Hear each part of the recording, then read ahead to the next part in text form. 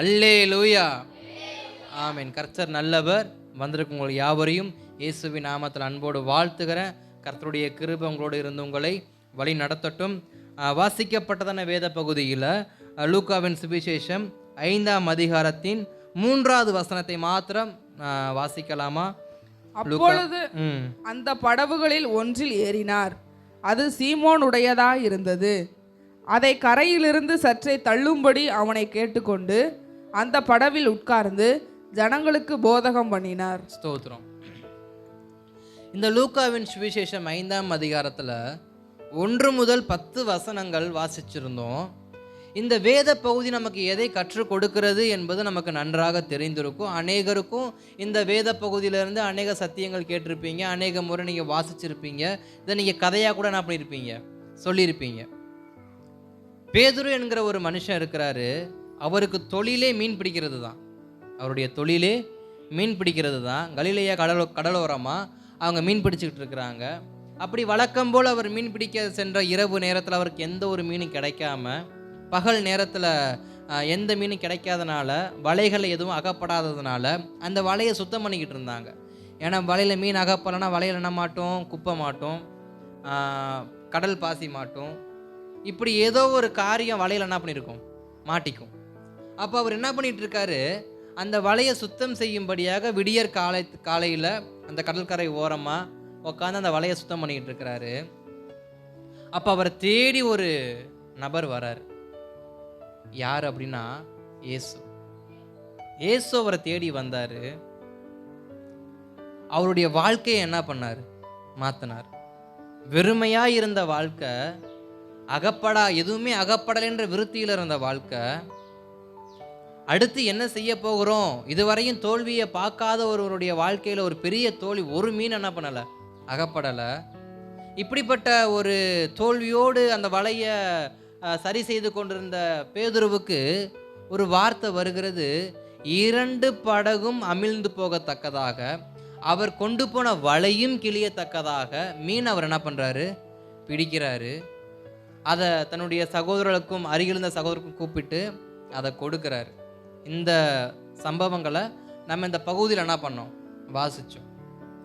இங்கே பேதுருவினுடைய படகு 2 மடங்கு அமிழத்தக்க காரணம் என்ன அப்படிங்கிற ஒரு கேள்வி என்ன பண்ணுது இங்கே இருக்கு. அதே கேள்வி நான் உங்கள்கிட்ட கேட்குறேன். பேதுருவின் படகு 2 மடங்கு அமிழத்தக்கதாக, வலை கிழிந்து போகத்தக்கதாக மீன் கிடைப்பதற்கு காரணம் என்னவா இருக்கும்?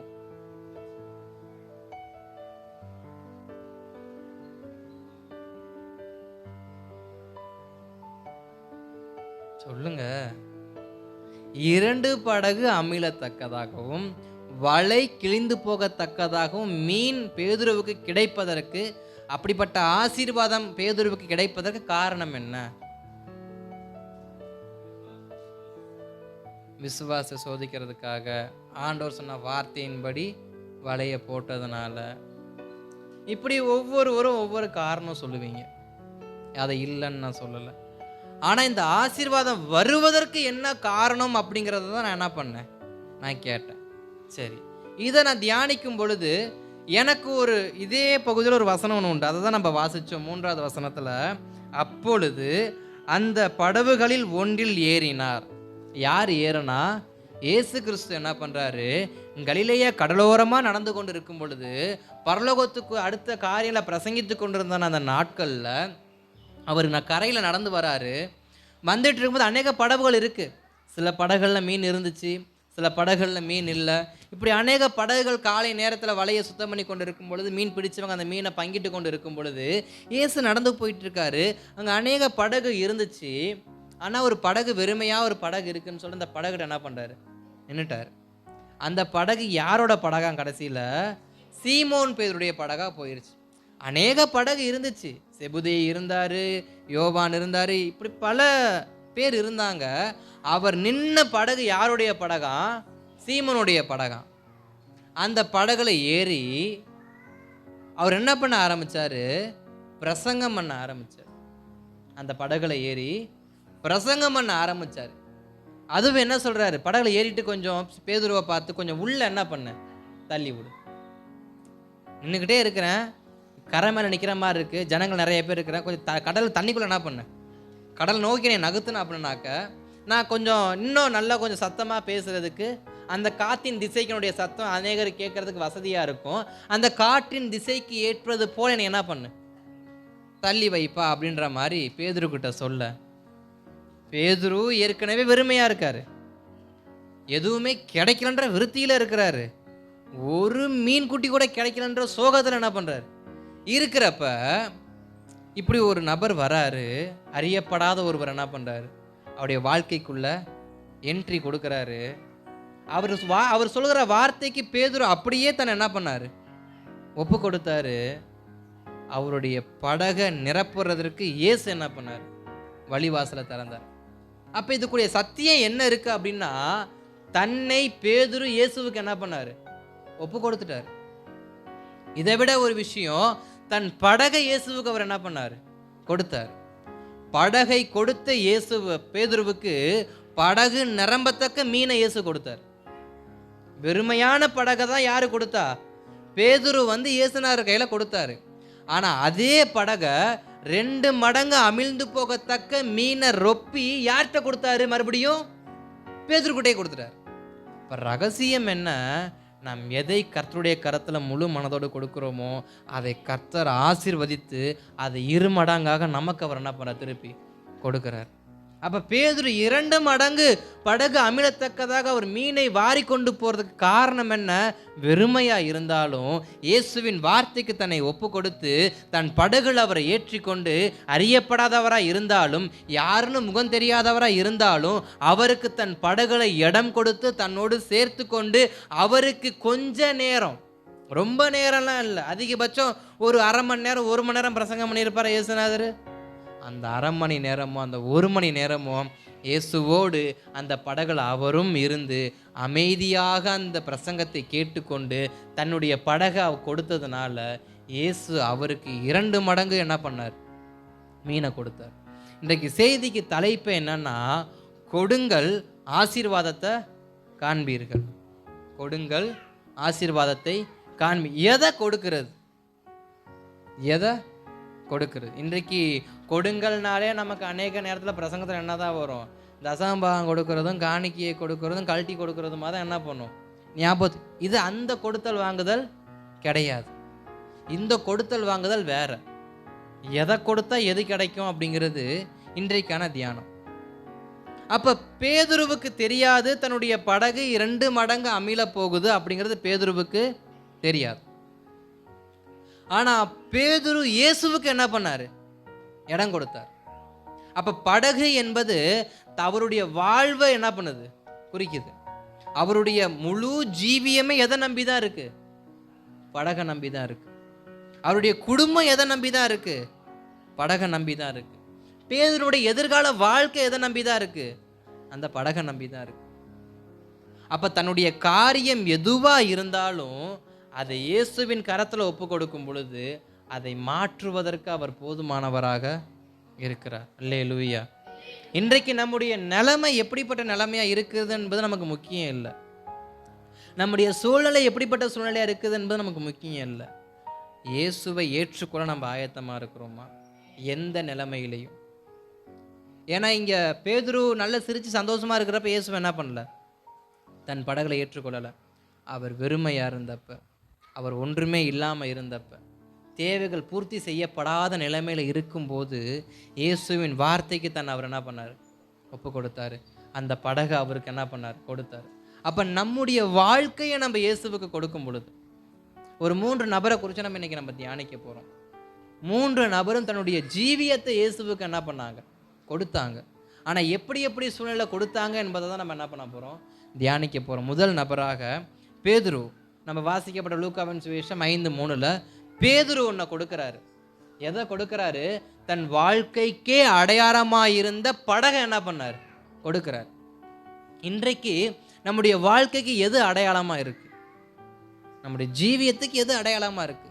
அவருடைய உயிர் வாழ்வதற்கு, குடும்பம் வாழ்வதற்கு, பிள்ளைங்களுக்கு எல்லாவற்றுக்குமே படகு தான் என்ன பண்ணுது, வாழ்வாதாரமாக காட்டுது. அப்போ பேதுரு எதை ஒப்பு கொடுக்கிறாரு, தன்னுடைய ஜீவியத்துக்குரிய எல்லாத்தையுமே கொடுத்துட்றாரு.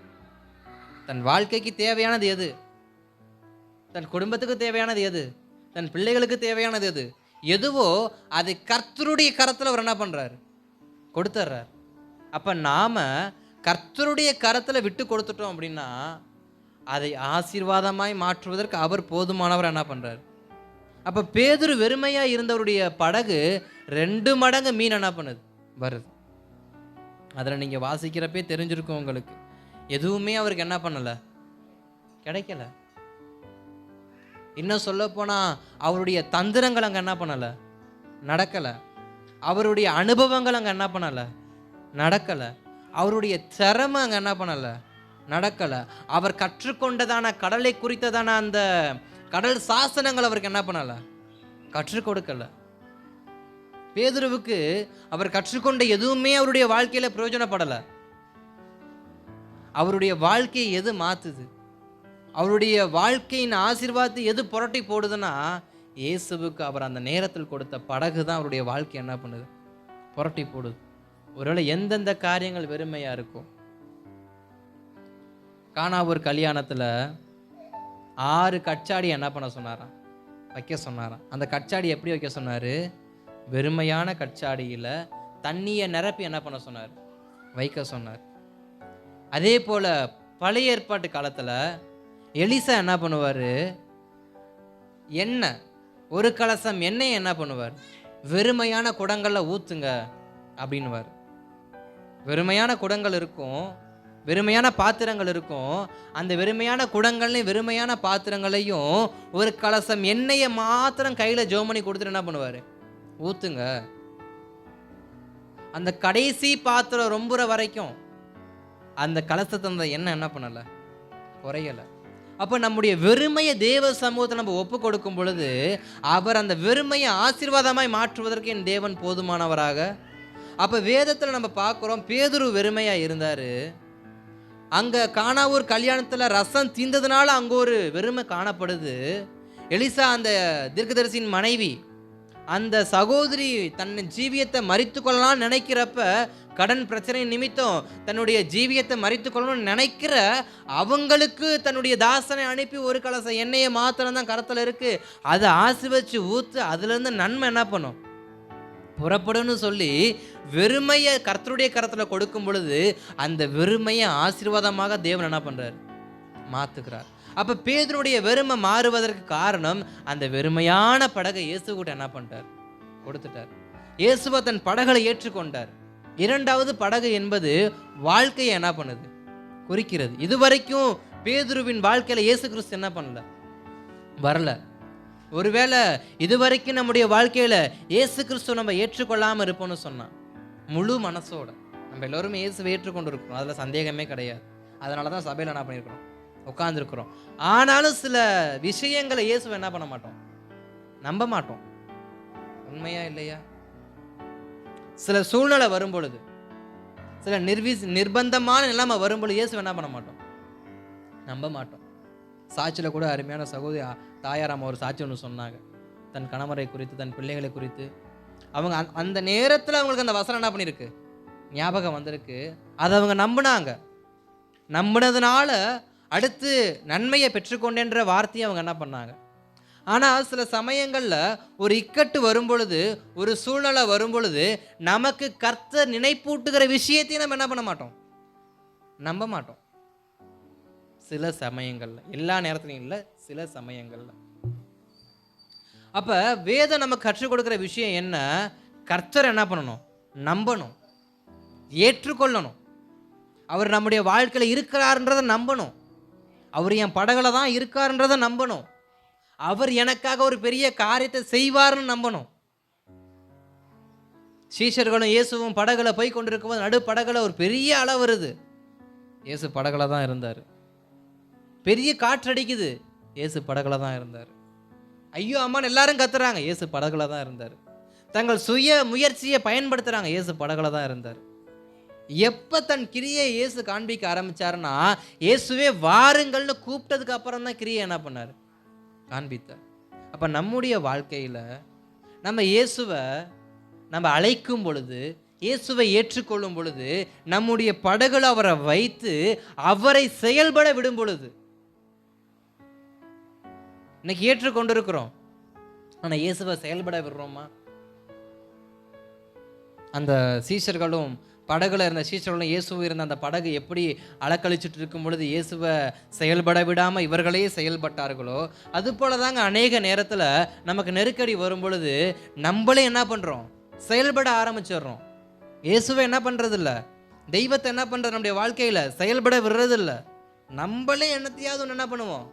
செஞ்சு சமாளிச்சிருவோம். இதுக்கு முந்தி ஒரு சூழ்நிலை வந்துச்சு, நான் சமாளித்தேன். அவங்க இப்படிப்பட்ட சூழ்நிலை இப்படி பண்ணி சமாளித்தாங்க, இவங்க இப்படி பண்ணி சமாளித்தாங்க. இப்படி அவங்க இவங்கன்னு கேட்கிற விஷயங்களை நம்முடைய வாழ்க்கையில் அபியாசப்படுத்துவது கிறிஸ்தவ ஜீவியத்துக்கு அழகு அல்ல. இயேசுவை என்ன பண்ணணும்? செயல்பட விடணும். பேதுருடைய படகு வெறுமையாக தான் இருந்துச்சு, ஒன்றுமே இல்லாத படகாக தான் இருந்துச்சு. ஆனால் பேதுரு தன்னுடைய படகுல இயேசுவை பிரசங்கிப்பதற்கு அனுமதித்தார். இயேசுவை பிரசங்கிப்பதற்கு அனுமதித்தார். இயேசுவை செயல்பட அனுமதித்தார். இயேசுவை தன் படகுல அவர் எவ்வளவு நேரம் வேணா இருக்கட்டும், இரவு முழுவதும் பிரயாசப்பட்டு ஒன்று அகப்படாத ஒருவன் எவ்வளவு நேரமானாலும் பரவாயில்ல, இயேசு பிரசங்கிக்கட்டும். தன் படகு என்ன பண்றார்? நம்மளா இருந்தா என்ன பண்ணியிருப்போம்? நானே ராத்திரி முழுக்க அலைஞ்சி திரிஞ்சு ஒன்றுமே கிடைக்காம ஏமாந்து போய், சரி வீட்டிலையாவது போய் நிம்மதியாக ஒரு வேளை சாப்பாடை சாப்பிட்டு தூங்கலான்னு நினச்சா, இந்த மனுஷன் நான் வந்து நில்லு, படகத்தள்ளு, ஏறி நிற்கிறேன், பிரசங்கம் பண்ணுறேன்னு இருக்கிறாரு, வேறு வேலை இல்லை, வேறு படகை பார்த்துட்டு போருமையா அப்படின்னு நம்ம என்ன பண்ணிடுவோம்? சில பேர் போயிருப்போம். ஆனால் பேதுரு என்ன பண்ணலை? அப்படிப்பட்ட நிலைமைக்கே அவர் போகலை. அப்படிப்பட்ட ஒரு ஜானரில் அவர் யோசிக்கவே இல்லை. நான் வெறுமையாக தான் இருக்கேன், நான் ஒன்றும் இல்லாமல் தான் இருக்கேன், என்னை தேடி இயேசு வராரு, அவருக்கு நான் இடம் கொடுக்குறேன், நான் இடம் கொடுக்குறேன். அவர் செய்கிறத செய்யட்டும், என் வாழ்க்கையில் அவர் செய்கிறத செய்யட்டும். ஆனால் எந்த எதிர்பார்ப்பும் இல்லாமல் தாங்க பேதுரு தன்னுடைய படகுல இயேசுவை ஏற்றினார். ஆனால் பேதுருவும் நினச்சி பார்க்கல, அங்கு சுற்றி கடந்த யாரும் நினச்சி பார்க்கல. முழுவதும் பிரயாசப்பட்ட அத்தனை பேருடைய மீனையும் ஒரு படலை கொண்டு வந்து என்ன பண்ணார்? வச்சார். காரணம் என்ன? ஏற்றுக்கொண்டது, கொடுத்தது. தன் படகை பேதுரு என்ன பண்ணார்? கொடுத்ததுனால பேதுருவோடு சேர்ந்து முழுவதும் பிரயாசப்பட்ட அத்தனை பேருடைய மீனையும் மொத்தமாக ஒரு செகண்ட்ல யாருடைய வலைக்கு கொண்டு வந்து வச்சாரு? பேதுருவின் வலையில கொண்டு வந்து வச்சார். எல்லாரும் ஆச்சரியப்பட்டிருப்பாங்கல்ல, எல்லாரும் பிரமிச்சிருப்பாங்கல்ல. மீன் பிடிக்கிறதுடைய தந்திரமே இரவுல போய் என்ன பண்றது? மீன் பிடிக்கிறது. காரணம் என்னன்னா, இரவு நேரங்களில் மீன்கள் என்ன பண்ணுமா? தண்ணிக்கு மேலே, அதாவது தண்ணியிலேருந்து பார்த்தா மீன் கூட்டம் தெரிகிற அளவுக்கு மேலே வந்து என்ன பண்ணுமா? நிற்குமா அப்படின்னு சொல்லுவாங்க. தன்னுடைய காற்றோட்டத்திற்காக அதை என்ன பண்ண அடிக்கடி மேலே எழும்பி வரும். இரவு நேரங்களில் சூரியனுடைய அந்த மறைவுக்கு பின்பாக சந்திரனுடைய அந்த குளிர் நேரத்தில் என்ன பண்ணுமா? அந்த மீன்கள்லாம் மேலே வந்து அந்த குளிர்ச்சியான நேரத்தில் இருக்கும். அப்போ வலைகளை வீசும்பொழுது நிறைய மீன் என்ன பண்ணும்? மாட்டுங்கிறது ஒரு காரியம் ஒன்று உண்டு மீன் பிடிக்கிறதுல. அப்படிப்பட்ட ஒரு இரவு நேரங்களில் மீன் பிடிச்ச அத்தனை படகுல இருக்கிற மீனை விட இங்கே பேதுருவின் படகு, பேதுருவின் வலை என்ன பண்ணுது? கிளியத்தக்கதாக மீனை கர்த்தர் என்ன பண்ணார்? கொடுத்துருக்கார். காரணம் என்ன? பேதுரு படகை இயேசுவுக்கு கொடுத்ததுனால. இன்னைக்கு நம்ம ஏசப்பாவுக்கு நம்ம கொடுக்கணும்னு நினைக்கிறோம், ஆடம்பரமா அப்படிலாம் இல்லை. ஒரு ஏழை விதவை தாய், அவங்க போட்ட ஒரு காசு தான் அவர் என்ன பண்ணார்? இங்கே கொடுத்ததுலேயே அதிகமானது இந்த அம்மா தான். அப்போ எதை கொடுக்க சொல்கிறாரு? நம்மை கொடுக்க சொல்கிறாரு, நம்முடைய ஜீவியத்தை. அந்த அம்மாவை குறித்து அப்படி தான் நாங்கள் வேதம் சொல்லப்பட்டிருக்கோம். தன்னுடைய ஜீவியத்துக்கு வைத்ததையும் அந்த அம்மா என்ன பண்ணிட்டாங்க? கொடுத்துட்டாங்க. மற்றவங்கெல்லாம் 10ல் 1, 5ல் 1, 3ல் 1 தான் கொடுத்தாங்க. ஆனால் அந்த தாயார் மட்டும்தான் தன் வாழ்க்கை பிழைப்புக்கு வைத்ததை எடுத்து என்ன பண்ணிட்டாங்க? கொடுத்துட்டாங்க. அப்போ 2 காசு கொடுத்த அந்த தாயார், அந்த விதவை தாயாரை குறித்து வேதம் சொல்லுது, தன் ஜீவியத்துக்கு தன் வாழ்க்கைக்கு வைத்ததை அந்த அம்மா என்ன பண்ணாங்க?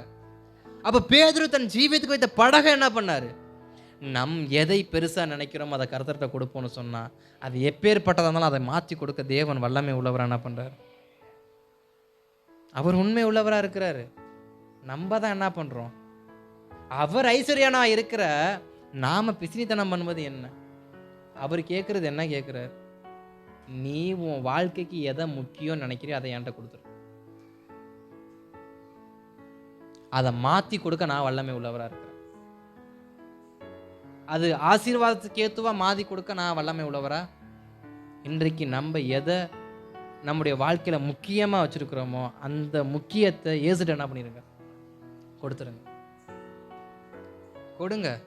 கொடுத்தீங்கன்னா அதை அழகாக மாற்றி மறுபடியும் நம்மள்ட்ட என்ன பண்ணிடுவார்? அது வெறுமையாக இருக்கலாம், அது அடங்காததாக இருக்கலாம், அது சொல் பேச்சு கேட்காததாக இருக்கலாம், அது நிம்மதி கொடுக்காததாக இருக்கலாம், எதுவாக வேணா இருக்கட்டுமே, அதை நீங்கள் கொடுப்பீங்கன்னு சொன்னால் அதை அழகாக மாற்றி திரும்ப நம்ம கையில் கொடுக்க இயேசு உண்மை உள்ளவராக இருக்க. வெறுமையான படகு அமிழ்ந்து போக காரணம் என்ன? அந்த படகில் இயேசு ஏறினார், அந்த படகில் இயேசுவை ஏற்றுக்கொண்டார்கள், அந்த படகில் இயேசுவை இருக்க வைத்தார்கள். நம்ம ஏற்றுக்கொண்டு இருக்க வைத்து நம்ம முழு மனசோடு நம்ம கொடுப்போன்னு சொன்னால் நம்மையும் மாற்ற இயேசு போதுமானவராக, நம்முடைய வாழ்க்கையும் ஆசீர்வாதமாக மாற்ற இயேசு போதுமானவராக. வெறுமையான பேதுருவின் படகு 2 மடங்காக ஆசீர்வதிக்க காரணம் என்ன? அந்த படகுல இயேசு இருந்ததுனால, அந்த படகுக்குள்ள இயேசுவை ஏற்றுக்கொண்டதுனால, அந்த படகை இயேசு கிட்ட கொடுத்ததுனால. இது வரைக்கும் அது என்னுடைய படகு தான், இனி 1.5 மணி நேரத்துக்கு அது உங்கள் படகு, நீங்கள் எப்படி வேணால் அதை யூஸ் பண்ணிக்காங்க, கொடுத்துடணும். இது வரைக்கும் அது என் சொந்த படகு தான், ராத்திரி முழுக்க நான் தான் மீன் பிடிச்சிட்டு இருந்தேன், இப்போ நீங்கள் கேட்குறீங்க இயேசுவே வச்சுக்கோங்க, நீங்கள் எப்போ கொடுக்கணும் அப்போ நான் என்ன பண்ணிக்கிறேன்? அந்த படகை நான் மறுபடியும் என்னுடைய வேலைக்கு நான் என்ன பண்ணுறேன்? எடுத்துக்கிறேன். உங்ககிட்ட எது இருக்கோ, உங்கள் வாகனமாக இருக்கலாம், ஊழியத்துக்குன்னு கொடுங்க, கொடுத்து தான் பாருங்க. அதை அவர் ஆசீர்வாதமாக மாற்றாமல் கொடுத்தாருன்னா அவர்கிட்டயே சண்டை போடுங்க. என்ன ஆண்டரே பேதுரோட படகை மட்டும் ரொப்புனீங்க, என் படகை ஏன் ஆண்டர் ரொப்பாம விட்டீங்க அப்படின்னு கேளுங்க. யாருடைய காரியங்கள் அதிகமாக கர்த்தருடைய ஊழியத்துக்கு பயன்படுதோ அந்த பயன்படக்கூடிய பாத்திரங்களை கர்த்தர் ஆசீர்வதிப்பதற்கு அவர் உண்மை உள்ளவராக இருக்கிறார். ஏன்னா ஒரு கலசம் தண்ணீருக்கும் மனதில் வைத்து ஆசீர்வதிக்கிறவர் ஊழியத்துக்குன்னு செய்யும் பொழுது ஆசீர்வதிக்காமல் போயிடுவாரா? இயேசு ஊழியம் செய்ய ஒரு படகு தேவை, இயேசு பிரசங்கிக்க ஒரு படகு தேவை. அநேக படகு இருந்துச்சு.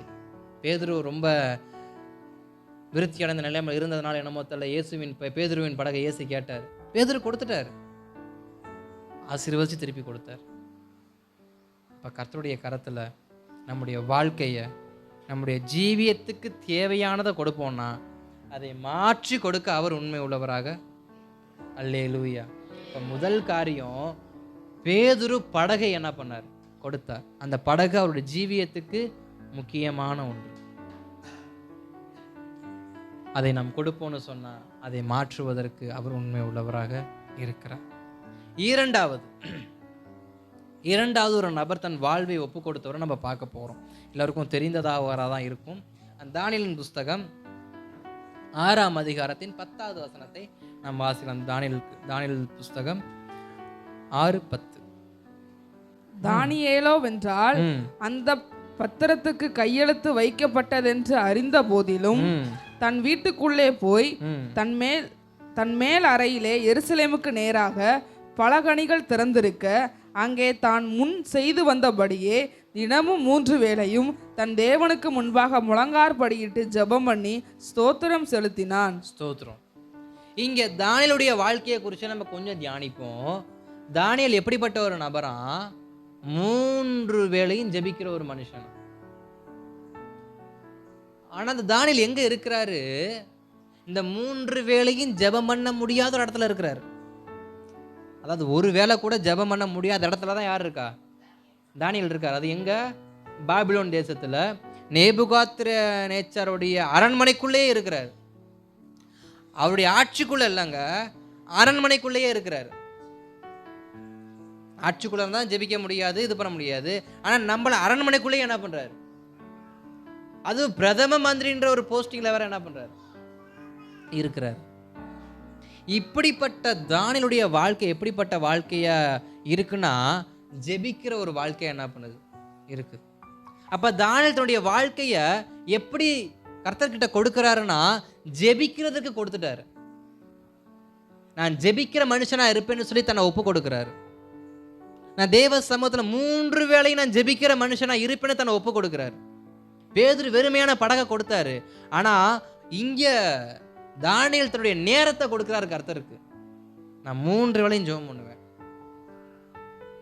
நம்மளை போல ரொம்ப பிஸியான ஆள்லாம் தானியேல் என்ன பண்ணல கிடையாது. அவர் ரொம்ப சும்மா தான் என்ன பண்ணாரு, ராஜாவுடைய சமூகத்தில் உட்காந்து வேடிக்கை பார்த்துட்டு இருந்தார். அப்படிதானே?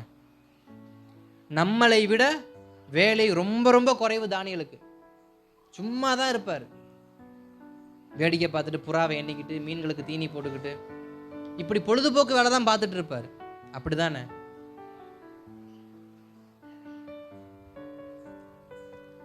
நம்ம செய்யற 1 வருஷத்து வேலை அவருக்கு 1 நாள் வேலை. நம்ம 1 வருஷமாவோ 1 மாசமா செய்யற வேலை அவருக்கு 1 நாள் வேலை. அப்ப எந்த அளவுக்கு அவர் மேல வேலை இருக்குன்னு பார்த்துக்காங்க. ஒரு தேசத்துடைய பிரதம மந்திரியா இருக்கிற அவரு அந்த தேசத்தையும் பார்க்கணும், ஜனங்களை பார்க்கணும், ராஜாவை பார்க்கணும், உள்ள இருக்க போர் வீரர்களை பார்க்கணும், எதிரி நாட்டுக்காரன் வரானான்னு பார்க்கணும், ஒற்றனுடைய தூதனை கேட்கணும். இப்படி பல பல வேலைகள் அவருக்குள் இருந்தாலும் 3 வேளையும் ஜெபிப்பதற்கு தன்னை ஒப்பு கொடுத்து வச்சிருந்தார். 3 வேளையும் ஜெபிப்பதற்கு தன்னை ஒப்பு கொடுத்துட்டாரு. அதனாலதான் இந்த வசனத்துல போடப்பட்டிருக்கு, தானியேலோ வென்றால் அந்த பத்திரத்துக்கு கையெழுத்து வைக்கப்பட்டது என்று அறிந்திருந்த போதிலும் தன் வீட்டுக்குள் போய் தன் மேல் அறையிலே எருசலேமுக்கு நேராக பல கனிகள் திறந்திருக்க அங்கே தான் முன் செய்து வந்தபடியே தினமும் 3 வேளையும் தன் தேவனுக்கு முன்பாக முழங்கார்படியிட்டு ஜெபம் பண்ணி ஸ்தோத்திரம் செலுத்தினான். ஸ்தோத்திரம். இந்த மாசுடைய வார்த்தை என்ன? நம்ம என்ன பண்ண அதிகமா தேவ சமூகத்துல துதிக்கிறவங்களாகவும் ஜெபிக்கிறவங்களாம் என்ன பண்ணணும், காணப்படணும். இங்க தானியேலுடைய வாழ்க்கை எப்படி ஒப்பு கொடுத்திருக்கிறாரு? தன்னை ஜெபிப்பதற்கும் ஸ்தோத்திரம் பண்ணுவதற்கும் தானியேல் என்ன பண்ணியிருக்காரு? தன்னை ஒப்பு கொடுத்திருக்கிறாரு. ஒப்பு கொடுத்த தானியேலுடைய வாழ்க்கைய தேவன் எப்படி மாத்தி வச்சிருக்கிறாரு? அழகா மாத்தி வச்சிருக்கிறாரு. அநேக ஞானிகள் இருக்கிறாங்க, சாஸ்திரங்கள் படிச்சவங்க இருக்கிறாங்க, சம்பிரதாயங்கள் படிச்சவங்க இருக்கிறாங்க, வான சாஸ்திரங்கள் படிச்சவங்க இருக்கிறாங்க, கடல் சாஸ்திரங்கள் படிச்சவங்க இருக்கிறாங்க. ஆனா எல்லாருடைய ஞானத்திலும் மேலான ஞானமா தானியேலுடைய ஞானத்தை கர்த்தர் என்ன பண்ணாரு? வைத்தார். காரணம் என்ன? தன்னை ஜெபிப்பதற்கு தானியேல் ஒப்பு கொடுத்து வைத்திருந்தார். இது எருசலேம்ல இருந்தே அவர் பழக்கப்படுத்தி வச்சிருந்தாரா, இல்ல பாபிலோனுக்குள்ள போய் தான் பழக்கப்படுத்தினாரா தெரியல. ஆனா தன்னை ஜெபிப்பதற்கு அவர் என்ன பண்ணார்? ஒப்பு கொடுத்திருந்தார். வழக்கம் போல் ஒருவேளை சிறு வயதுல இருந்தே ஜெபிக்கிற பழக்கம் அவருக்கு இருந்திருக்கும் போல. அதனால இடம் பார்க்காம போய் உட்காந்து என்ன பண்ண ஆரம்பிச்சிட்டார்? ஜெபம் பண்ண ஆரம்பிச்சிட்டார். அப்படி ஜெபம் பண்ண அவருக்கு கர்த்தர் எல்லா ஞானத்தையும் கொடுத்தார். அவர் இருந்த அந்நிய தேசத்துல ராஜாவை இவரை கேட்டதை என்ன பண்ணணும், செயல்படுற அளவுக்கு போஸ்டிங் என்ன பண்ணாரு? உயர்த்தி, அதிகாரத்தை உயர்த்தி, ஞானத்தை உயர்த்தி, செல்வாக்கை உயர்த்தி, எல்லாத்தையும் உயர்த்தி வச்சிருந்தார். காரணம் என்ன? தன்னை ஜெபிப்பதற்கு தானியேல் என்ன பண்ணாரு? ஒப்பு கொடுத்து வச்சிருந்தார். தன் வாழ்க்கையை கொடுத்தார். எதுக்கு? ஜெபிக்க கொடுத்தாரு. இன்றைக்கு நம்முடைய வாழ்க்கை இருக்கு.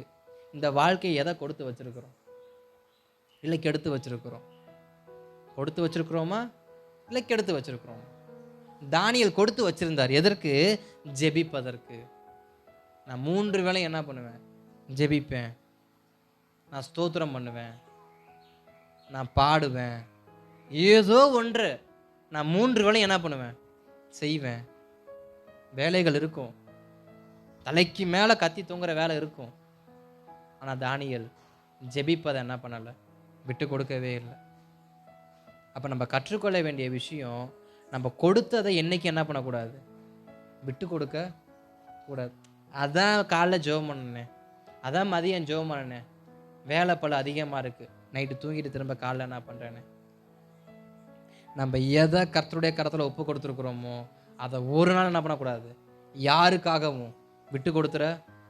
இங்கே தானியேல் ராஜா பத்திரம் போட்டு இருந்தாலும் அந்த அரண்மனைக்குள்ளே தான் இவர் வேலை செய்கிறாரு. அந்த ராஜா கிட்ட தான் சம்பளம் வாங்கணும். அந்த ராஜா அரண்மனைக்குள்ளே தான் இவரும் இருக்காரு. ராஜா கூட தான் சாப்பிடணும். எல்லாமே ராஜா கூட தான் இருக்கணும் இவர். ஆனாலும் ராஜாதி ராஜாவுக்கு நேரத்தை ஒதுக்கி என்ன பண்ணாரு? ஒப்பு கொடுத்து ஜெபம் பண்ணிக்கிட்டே இருந்தார். நம்ம யாரு கூட இருக்கிறோன்றது முக்கியம் இல்லைங்க, நம்ம யாருக்கிட்ட நெருங்கி இருக்கிறோன்றதான் நமக்கு. ஒரு முறை ஒரு ஊழியக்காரர் வந்து ஒரு அழகான ஒரு சாட்சி ஒன்று சொன்னார்.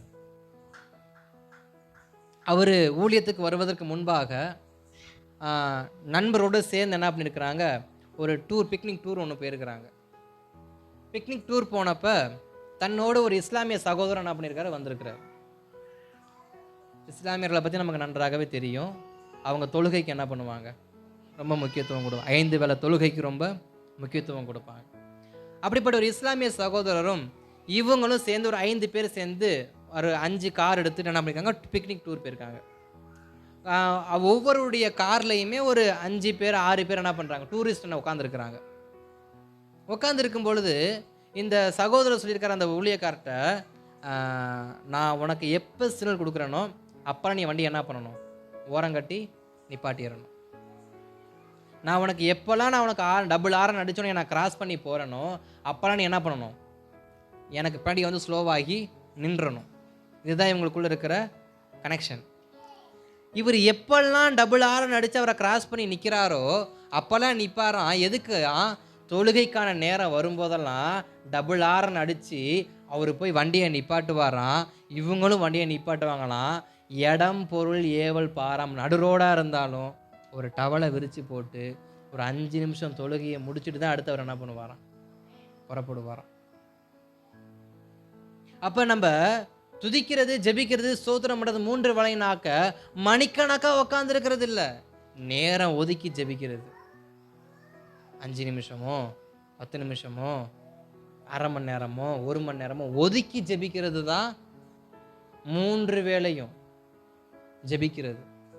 இல்லை நாள் முழுவதும் துதிக்கிறது. அவங்களுக்குள் இருந்த பக்தி வைராக்கி இன்றைக்கும் இருக்கிறாங்க சகோதரர்கள். அவங்களுடைய தொழுகை அவங்க என்னைக்கு என்ன பண்ணதில்லை, விட்டு கொடுத்ததில்லை. நம்முடைய ஏரியாவில் இருக்கிற சில இஸ்லாமிய கடைகளுக்கு நான் போயிருக்கிறேன். அவங்க தொழுகை நேரத்தில் ஜாமான் அவங்க போயிருந்தேன்னா ஒரு 5 நிமிஷம் இல்லைங்க வந்துடுறேன்னு சொல்லி என்னையை விட்டு அவங்க போயிருக்காங்க. இந்த எலக்ட்ரிஷியன் ஜாமான்லாம் வாங்கின ஒரு கடைக்கு நான் போயிருந்தப்ப ஒரு சாயந்தரம் 7 மணி இருக்கும்னு நினைக்கிறேன். வாங்க போகிறேன், கடையில் ஒரு 5 நிமிஷம் இல்லைங்க வந்துடுறேன்ட்டு போனார். என்னை யாருன்னே அவருக்கு தெரியாது. என்கிட்ட கடை கொடுத்து தொழுகைக்கு அவர் போயிட்டார். நான் நின்றுக்கிட்டே இருக்கிறேன் அவர் வர வரைக்கும். அதுக்கப்புறம் ஜாமான் கொடுத்து நான் வாங்கிட்டு வந்தேன். இதை நான் எதுக்கு சொல்கிறேன்னா, அவங்க தேவனுக்கு கொடுக்குற முக்கியத்துவத்தை குறித்து நான் உங்களுக்கு என்ன பண்ணுறேன், சொல்கிறதுக்காக சொல்கிறேன். இப்படிப்பட்ட முக்கியத்துவம் நம்ம கொடுப்போமா? சொந்த கடைங்க, கல்லால் காசு இருக்குங்க, கடையில் ஜாமான் இருக்குங்க, எனக்கு வேணுங்கிறத எடுத்துகிட்டு நான் பாட்டுக்கு போயிடலாம் காசு கொடுக்காம. ஆனால் அவர் அதுக்கு முக்கியம் இல்லை, எனக்கு என் தொழுகை தான் முக்கியம். கடைக்குள்ளே எவன் வந்தானே எவன் போனான் எனக்கு என்ன, வாங்க வந்து என்கிட்ட கடையை விட்டு அவர் பாட்டுக்கு போயிட்டார். நம்மளால் அப்படி தேவ சமூகத்தில் நிற்க முடியுமா? எது வந்தாலும் எது வராட்டாலும் பரவாயில்ல, எனக்கு இயேசு தான் முக்கியம், நான் ஜெபிக்கிறது தான் முக்கியம், எனக்கு நைட் ஷிஃப்ட் வேலை முக்கியம் இல்லை, டே ஷிஃப்ட் வேலை முக்கியம் இல்லை, ஓட்டி வேலை முக்கியம் இல்லை, எனக்கு இயேசு தான் முக்கியம். வர முடியுமா? நம்ம கொடுத்தாதாங்க அவரு நம்மளை என்ன பண்ணுவார், ஆசீர்வதிக்க மாட்டுறாரு. ஆசீர்வதிக்க மாட்டேன்னா ஜெபிக்காம எப்படிங்க ஆசீர்வாதம் வரும்? பலகனியை தட்டாம வாசலை தட்டாம எப்படி ஆசீர்வாதம் வரும்? நம்முடைய ஜெபம் தேவ சமூகத்தை எட்டாம எப்படி பதில் வரும்? எகிப்து ஜனங்கள் அதானே பண்ணாங்க. இஸ்ரவேல் ஜனங்கள் எகிப்துல அவங்களுடைய சத்தம் தேவ சமூகத்தில் எட்டினதுனால தேவன் மறு உத்தரவு என்ன பண்ணாரு, கொடுத்தார். அப்ப நம்ம ஜெபிக்காமலே நம்முடைய நிலைமை மாறணும்னு நம்ம ஆசைப்பட்டா அது நடக்குமா? மாதத்துக்கு ஒரு ஜெபம் பண்ணிட்டு, வாரத்துக்கு ஒரு ஜெபம் பண்ணிட்டு நிலைமை மாறன்னு கண்ணை கட்டிட்டு உட்காந்துருந்தா நிலைமை மாறிடுமா? இல்லை. தானியேல் எப்படி ஒப்பு கொடுத்தாரு? 3 வேளையும் ஜெபிக்கத்தானே ஒப்பு கொடுத்தாரு. இடம் பொருள் ஏவல் சூழ்நிலை பார்க்கவே இல்லை, ஜெபிக்க ஒப்பு கொடுத்தார். நம்ம எப்போ நம்மளை ஜெபிக்க கர்த்தருடைய கருத்தில் ஒப்பு கொடுக்குறோமோ அன்றைக்கு கர்த்தர் நம்முடைய வாழ்க்கையை மாற்றுவதற்கு அவர் போதுமானவரா? தானியேல் அடிமையாக வந்த தானியேலுங்க, அவர் ஒன்றும் ராஜ பரம்பரையில் அடிமையாக வந்த தானியேல் நேபுகாத்நேச்சருடைய பாபிலோன் தேசத்துக்கு அடிமையாக வந்திருந்தாலும் அவர் தொடர்ந்து ஜெபிக்கிற மனுஷனாக இருந்தார். அதனாலே ஆரம்பத்திலேருந்து சலுகைகள் மேலே சலுகைகள் தானியேலுக்கு மாத்திரம் என்ன பண்ணோம், கிடைக்கும். இப்போ நம்ம ஜெபிக்கிறவங்களா இருப்போம்னு சொன்னால் நம்முடைய புத்திக்கு எட்டாத காரியத்தை நம்முடைய சிரசின் மேலே ஆசீர்வாதமாய் ஊற்றுற தேவன் போதுமானவராக இருக்கிறார். அப்போஸ்தலர் நடவடிக்கையில் பவுலும் சீலாவும் துதிச்சு கொண்டு இருந்தாங்களே, அவங்க என்ன திடீர்னு துதிச்சாங்களா? அது பழக்கம், ரொட்டீனாக அவங்க என்ன பண்ணுறாங்க, இரவு நேரங்களை துதிப்பதும் ஜெபிப்பதும் அவங்க பழக்கமாக இருந்ததுனால இடம் பார்க்காம சிறைச்சாலை பார்க்காம அவங்க என்ன பண்ண ஆரம்பித்தாங்க, துதிக்க ஜெபிக்க ஆரம்பித்தாங்க. அப்போ நம்முடைய பழக்கம் எப்படி மாறணும், நம்ம எப்படி நம்மளை கர்த்தருடைய கரத்தில் கொடுக்கணுமா, துதிக்கிற ஜனங்களாக ஜெபிக்கிற ஜனங்களாக நம்ம கர்த்தருடைய கரத்தில் ஒப்பு கொடுப்போனா, துதிக்கிற ஜனத்துக்கும் ஜெபிக்கிற ஜனத்திற்கும் கர்த்தர் செய்கிற மகத்துவமான காரியத்தை யாராலும் என்ன பண்ண முடியாது, செய்ய முடியாது. எரிகோ கோட்டையை ஜனங்களை வச்சு இடிக்க முடியாது. எத்தனையோ பேர் முயற்சி பண்ணி பார்த்தாங்க.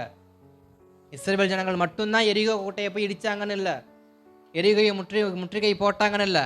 அன்றைக்கு இருந்த எத்தனையோ ராஜாக்கள் எரிகோ என்ன பண்ணியிருப்பாங்க, முற்றுகை போட்டிருப்பாங்க. ஆனால் எவராலையும் என்ன பண்ண முடியல, எரிகோ கோட்டையை உடைக்க முடியல. ஆனால் எதுதான் உடைச்சிச்சு, எந்த ஜனம் கர்த்தரை துதிக்குதோ, எந்த ஜனம் கர்த்தரை பாடுதோ, எந்த ஜனம் கர்த்தரை சார்ந்திருக்குதோ அந்த ஜனத்துக்காக கர்த்தரை என்ன பண்ணாரு, உடைச்சார். அப்போ நம்ம துதிப்போன்னா, நம்ம ஜெபிப்போன்னா, நம்மளை ஒப்பு கொடுப்போனா, துதித்தலுக்கும் ஜெபித்ததலுக்கும் நம்மளை கர்த்தருக்கு ஒப்பு கொடுப்போன்னா, நமக்காக யாவையும் செய்ய அவர் எப்படிப்பட்டவராக இருக்கிறாரு, உண்மையுள்ளவராக இருக்கிறாரு, என்றைக்கும் போதுமானவராக இருக்கிறார். நினையாத காரியம், முடியாத காரியத்தை முடிச்சு வைக்க அவர் போதுமானவராக இருக்கிறாரு. செய்ய வேண்டிய ஒரே ஒரு காரியம், நம் ஜெபிப்பதற்கும் நம் துதிப்பதற்கும் பாத்திரவான்களாய் மாறும் பொழுது நம்முடைய வாழ்க்கையிலையும் இயற்கைக்கு அப்பாற்பட்ட காரியத்தை செய்ய அவர் எப்படிப்பட்டவராக இருக்கிறாரு, போதுமானவராக இருக்கிறார். பவுலும் சீலாவுடைய வாழ்க்கை இயற்கைக்கு அப்பாற்பட்ட காரியம் நடக்க காரணம் என்ன, அவங்க ரொட்டீனா ஜெபிக்கிற ஆளா இருந்தாங்க. நம்முடைய வாழ்க்கையை மாற்றணும். ஜெபிக்கிறதுக்கு என்ன பண்ணணும், காலை ஜெபிக்கிறவங்களா மாற்றணும், இரவில் ஜெபிக்கிறவங்களா மாற்றணும், இல்லை தானியலை போல் 3 வேளையும் ஜெபிக்கிறவங்களா மாற்றணும். 3 வேளையும் ரொம்ப நேரம்லாம் இல்லை, 5 நிமிஷம் 10 நிமிஷம். எங்கே இருந்தாலும், எந்த இடத்துக்கு போயிருந்தாலும், தண்ணிக்குள்ளேயே முங்கி இருந்தாலும் சரி, அந்த ஜெப நேரமாக இருந்தால் தண்ணிக்கு மேலே தலையை விட்டு ஜெபிக்கிறது தப்பே கிடையாது. தண்ணிக்குள்ளே போய் ஜெபம் பண்ணிடாதீங்க, அப்புறம் நாங்கள் ஜெபம் பண்ணுற மாதிரி ஆயிரும். தண்ணிக்குள்ளேயே இருந்தாலும் தலையை மட்டும் என்ன பண்ணுங்க, வெளியே கொண்டு வந்து வச்சுட்டு ஜெபம் பண்ணுங்க. அப்படி உங்கள் வாழ்க்கையை என்ன பண்ணுங்க, மாற்றுங்க, கொடுங்க. எதையோ கொடுக்க ஜெபம் பண்ணுறோமே, நான் 3 வேளையும் ஜெபிப்பேன்னு யாராவது கொடுக்க ஜெபம் பண்ணுறீங்களா? இல்லை தினமும் 2 வேளை ஜெபிப்பேன்னு யாராவது ஒப்பு கொடுத்து ஜெபம் பண்ணுறீங்களா? பொருத்தனை காணிக்கன்னு ஜெபம் பண்ணுறேன், இதை ஒரு பொருத்தனையாக ஜெபம் பண்ணுங்களேன், யார் வேண்டான்னா. பணமும் பொருளும் பொருத்தனையாக கொடுப்பது கர்த்தருக்கு பிரியம் இல்லை, இருதயத்தை பொருத்தனையாக கொடுப்பதே கர்த்தருக்கு பிரியம். அதனால தான் தங்கத்தையும் கேட்கல, வெள்ளியும் கேட்கல, இதயத்தை தாண்டா கேட்டேன்னு நமக்கு என்ன பண்ணுவார், சொல்லியிருப்பார். நம்ம தசமபாகமாக அதை கொடுக்குறோம் இதை கொடுக்குறோம், இந்த ஆபிரகாமை போல கடுகளை கூட நம்ம தசமபாகம் கொடுக்குறவங்களா இருக்கலாம். இருதயத்தை கொடுக்காம தசமபாகம் கொடுத்து பிரயோஜனம் கிடையாது. இருதயத்தை கொடுக்காம வெறும் காசை கொடுத்து என்ன பிரயோஜனம்? பவுல் என்ன சொன்னார், பணம் என்ன சொன்னோம், இருதயத்தை கொடுக்காம பணத்தை கொடுத்து எதையாவது வாங்க நினைச்சோன்னா பவுல் சொன்ன அதே வார்த்தை தான், நாசமா போட்டும் போ. அது போட்டும் போ. பணமும் பொருளும் தேவ சமூகத்தில் கொட்டுவது பொருத்தனை அல்ல. இருதயத்தை தேவ சமூகத்தில் ஊற்றி, நான் 3 வேளை ஜெபிப்பேன், நான் 2 வேளை ஜெபிப்பேன், ஒரு நாளைக்கு ஒரு முறையாவது என்ன பண்ணுவேன், இத்தனை மணி நேரம் ஜெபிப்பேன், இத்தனை நிமிஷம் ஜெபிப்பேன், இவ்வளோ நேரம் வேதத்தை வாசிப்பேன்னு பொருத்தனையோட வாழ்கிறோம் பார்த்தீங்களா, அதுதான் கர்த்தரை கொடுத்து வாழ்கிற வாழ்க்கை. உங்களுக்கு நேரம் கிடைக்கும் போது இல்லை, நேரம் ஒதுக்கி என்ன பண்ணணும், ஜெபிக்கணும். நேரம் ஒதுக்கி வேதத்தை வாசிக்கணும். இன்னைக்கு ஃபுல் வேலை, நான் ஜெபிக்கவே இல்லை, ஆண்டவரே மன்னிச்சிங்கன்னு ராத்திரி ஒரு ஜெபத்தை போட்டு படுக்கிறது பேர் ஒப்பு கொடுத்த வாழ்க்கை கிடையாது. நம்ம எப்படிப்பட்ட வாழ்க்கை வாழணுமா, எது நடந்தாலும் சரி கர்த்தருக்குன்னு சொன்னதை என்ன பண்ண மாட்டேன், விட்டு கொடுக்க மாட்டேன். அந்த நேரத்தை நான் யாருக்கும் என்ன பண்ண மாட்டேன், கொடுக்க மாட்டேன். அந்த நேரத்தில் மனைவியே வந்து பேசினாலும் சரி, கணவனே வந்து பேசினாலும் சரி, பிள்ளைகளே வந்து விளையாண்டாலும் சரி, வீட்டுக்கு சொந்தக்காரங்களே வந்தாலும் சரி, இந்த நேரம் நான் ஜெபத்தில் இருக்க வேண்டிய நேரம். இந்த நேரம் நான் தேவ சமூகத்தில் கர்த்தருடைய ஆலயத்தில் உட்கார்ற நேரம். யார் என் பக்கத்தில் உட்காந்தாலும் இடம் கிடையாதுன்னு ஒரு பொருத்தனை வரும் பார்த்தீங்களா, அப்போதாங்க நம்ம வாழ்க்கை மாறும். அப்படிப்பட்ட ஜப வாழ்க்கையாக மாறும் பொழுது தான் தானியேலை போல, பவுலுக்கும் சீலாவுக்கும் செய்தது போல நமக்கும் கர்த்தர் செய்வதற்கு முடியும். நம்ம கொடுக்காம அவர் என்ன பண்ண மாட்டார், எதையுமே செய்ய மாட்டார். நம்ம கிட்ட எதிர்பார்க்குற தெய்வங்க என்ன எதிர்பார்க்குறாரு? மற்றவங்கள மாதிரி இங்கிட்டு குத்தி அங்கிட்டு எடுத்துகிட்டு வர சொல்கிறாரா, இல்லை இங்கிட்டு குத்தி அங்கிட்டு எடுத்துகிட்டு வர சொல்கிறாரா? இருதயத்தை கொடுப்பா, முழு மனசோட கொடுப்பா, இவ்வளோதான். இதை நம்ம செய்வோம்னா அவர் நமக்கு செய்ய நினைத்தது தடை செய்ய யாராலையும் முடியாது. அதுதான் யோபு சொல்லுவார், நீர் செய்ய நினைத்தது ஒரு நாளும் ஒருபோதும் என்ன பண்ணாது. ஏன்னா நான் 3 வேளையும் என்ன பண்ணுவேன், நான் தேவ சமூகத்தில் நான் தூஷிக்க மாட்டேன், நான் ஜெபிப்பேன், நான் தேவனை தூஷிக்க மாட்டேன், நான் தேவனை என்ன பண்ண மாட்டேன், அவதூறான வார்த்தையை சொல்லி நான் பேச மாட்டேன். எனக்கு எதை கொடுத்தாலும் எதை எடுத்தாலும் நான் கர்த்தருடைய சமூகத்தில் பற்றுதலாக இருப்பேன்னு சொல்லி அவர் இருந்தனால தான் சொல்கிறாரு, நீர் நினைத்ததை செய்து முடிப்பதற்கு நீரே வல்லமை உள்ளவராக இருக்கிறீர். தடைபடாது ஐயா, தடைபடாது. கர்த்தர் நம்முடைய வாழ்க்கையில் செய்ய நினைச்ச காரியம் தடைபடாமல் இருக்கணும்னா கர்த்தருக்கு நம்ம செய்கிற காரியம் தடைபடாமல் நம்ம என்ன பண்ணணும், செய்யணும். ஒரு சின்ன காரியம் வந்தாலுமே கர்த்தருக்கு செய்ய வேண்டிய காரியத்தில் தான் நம்ம கையை வைக்கிறோம். முதல்ல வேற எதுலேயும் கை வைக்கிறது இல்லை, கர்த்தருடைய நேரத்தில் தான் கை வைப்போம். வேணா நீங்களே உங்களை சோதிச்சு பாருங்கள், நீங்கள் அதிகமாக எதில் கை வச்சுருக்கீங்க அப்படின்னு, கர்த்தருடைய காரியத்திலையா இல்லை உங்கள் சொந்த காரியத்திலையா அப்படின்னு. அதனால் கொடுப்போம். கர்த்தாவே நீ உமக்குரியதை நான் என்ன பண்ண மாட்டேன், எடுக்க மாட்டேன்னு ஒப்பு கொடுப்போம். கர்த்தர் நம்முடைய வாழ்க்கையை என்ன பண்ணுவார், மாற்றுவார். 3ஆவதாக அப்போஸ்தலனாகிய பவுல், திருப்பிக் கொள்ளுங்கள் அப்போஸ்தலர் 9ஆம் அதிகாரத்தில் 6வது வசனத்தை வாசிக்கலாம். அப்போஸ்தலர் 9:6. அவன் நடுங்கி திகைத்து, ஆண்டவரே ஆண்டவரே நான் என்ன செய்ய சித்தமாய் இருக்கிறீர் நான் என்ன செய்ய சித்தமாய் இருக்கிறீர் என்றான். இந்த வேத வாக்கியம் நமக்கு நன்றாக தெரிந்த ஒரு வேத வாக்கியம். அப்போஸ்தலனாகிய பவுல் தன்னுடைய வாழ்க்கையை இயேசுவிகிட்ட ஒப்பு கொடுக்கறதான நேரம், ஒப்பு கொடுத்த நேரம். அந்த நேரம் எப்படிப்பட்ட நேரமாக இருந்துச்சா, அவன் நடுங்கி திகைத்து ஆண்டவரே நான் என்ன செய்ய சித்தமாய் இருக்கிறீர் என்றான்.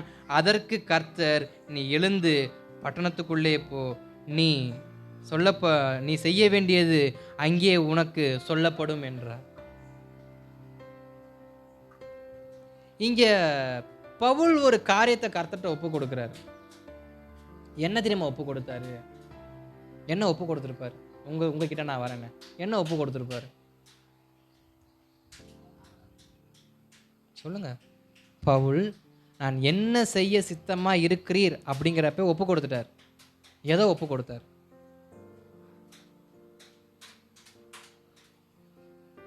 சத்தமா சொல்லுங்க, ஒன்றும் தப்பு இல்லை. தன்னையே ஒப்பு கொடுத்தார். நான் ஒரு விஷயத்தை யோசித்தேன், அப்படி தியானித்தேன். எப்படின்னா, தன்னுடைய பழைய வாழ்க்கையை கர்த்தருடைய கரத்தில் ஒப்பு கொடுத்து, இனி நான் அல்ல கிறிஸ்துவே எனக்குள் வாழ்கிறாருன்னு சொல்லி தனக்கு ஒரு புதிய வாழ்க்கையை கொடுங்கன்னு அவர் என்ன பண்ணார், ஒப்பு கொடுத்தார். ஏன்னா அங்கே பார்த்தீங்கன்னா, அது வரைக்கும் பவுல் செய்த தன்னுடைய முந்திய நாட்களில் செஞ்ச எந்த காரியத்தையும் பவுல் பிந்திய நாட்கள் அவர் என்ன பண்ணல, செய்யலை. இயேசுவை பார்க்கறதுக்கு முன்னாடி செஞ்ச பவுலுடைய வாழ்க்கை வேற, இயேசுவை பார்த்ததுக்கு அப்புறம் செயல்பட்ட பவுலுடைய வாழ்க்கை வேற. அதுவும் இதுவும் ஒரு நாள் ஒத்து போனது கிடையாது. எதை ஒப்பு கொடுத்தாரு? தன் பழைய வாழ்க்கை, தன் பழைய பாவங்களை கர்த்தருடைய கரத்தில் ஒப்பு கொடுத்துட்டு, இனி நான் பாவம் செய்ய மாட்டேன், இனி முந்தின காரியங்களை நான் யோசிக்க மாட்டேன், ஒப்பு கொடுத்துட்டு தான் பவுல் என்ன பண்ணாரு, புறப்படவே ஆரம்பிச்சார். அந்த பவுலுடைய வாழ்க்கையை தான் கர்த்தர் அழகாக மாற்றினார்.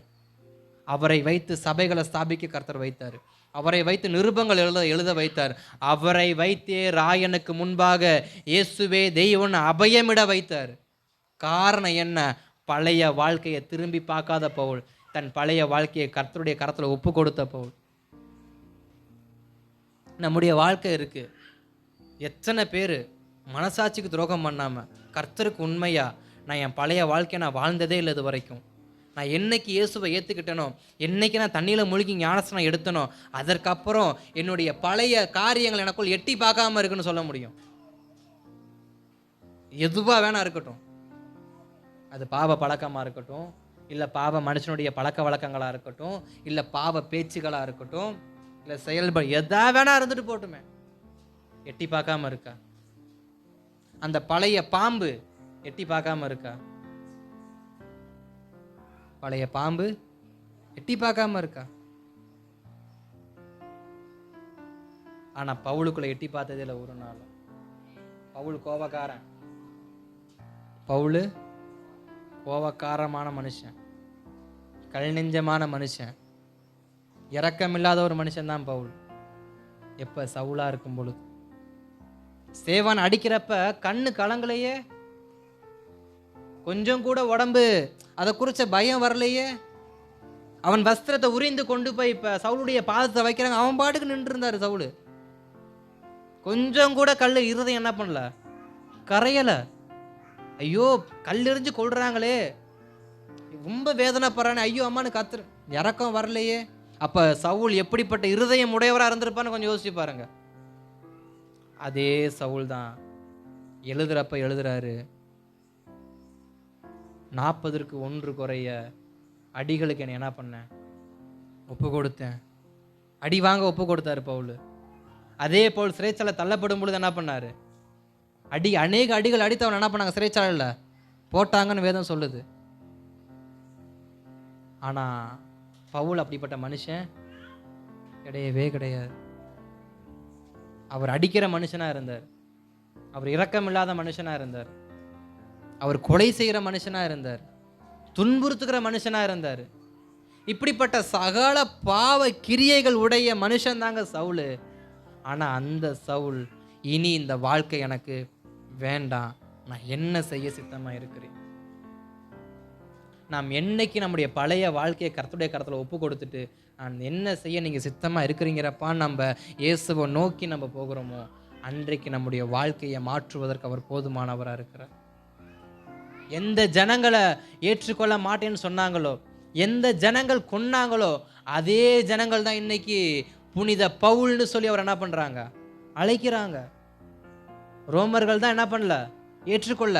அதே ரோமானியர்கள் தான் அப்போஸ்தலனாகிய பவுலை புனித பவுலை எனக்கு என்ன பண்ணுறாங்க, போற்றி கொண்டு இருக்கிறாங்க. காரணம் என்ன, தன் பழைய வாழ்க்கையை ஒரு நாளும் பவுல் என்ன பண்ணல, சவுல் வாழ்க்கையை அவர் பார்த்ததே இல்லை, சொன்னதும் கிடையாது. இல்லை என்னை அடிக்காதீங்க, நான் யாருன்னு உங்களுக்கு தெரியாது, பார்த்துக்கங்க, கேட்டு பாரு நான் யாருன்னு ஊருக்குள்ள. இந்த மாதிரி என்னைக்குமே பவுல் என்ன பண்ணதில்லை, சிறைச்சாலைக்குள் இருந்தப்ப பேசினதில்லை. ரோம சிறைச்சாலைக்குள்ள பவுல் இருந்தா நிருபம் எழுதானாரு.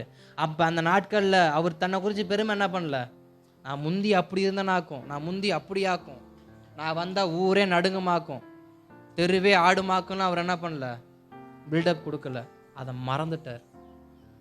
யார் தங்களுடைய பழைய வாழ்க்கையை மறக்கிறாங்களோ, யார் தங்களுடைய பழைய பாவங்களை மறக்கிறாங்களோ, யார் தங்க பழைய வாழ்க்கையை இயேசுவை ஏற்றுக்கொண்டதுக்கு அப்புறமும் நினைக்காம இருக்கிறாங்களோ, அவங்க வாழ்க்கையை கர்த்தர் மாத்திர விதம் இருக்கு பாருங்க, அது ஆச்சரியமா இருக்கும்.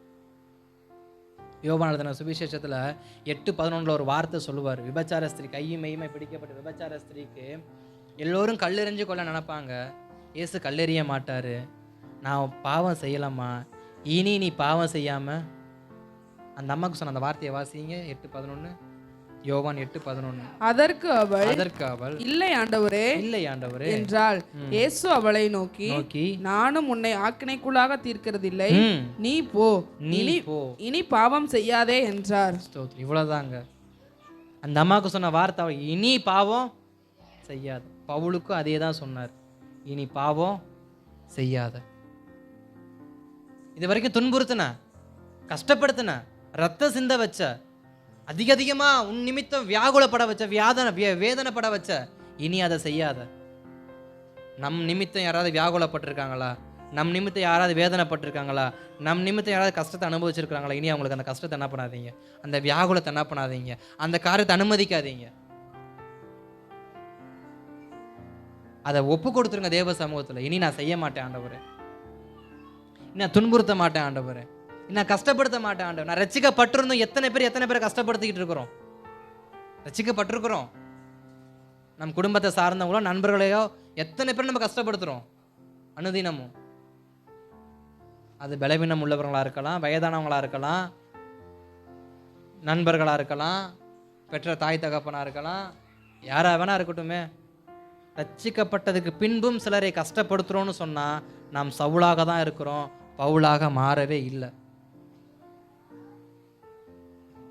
ஏன்னா சவுல் தான் துன்புறுத்துவார், சவுல் தான் கொலை செய்வார், சவுல் தான் ஒடுக்குவார், சவுல் தான் கோபப்படுவார்.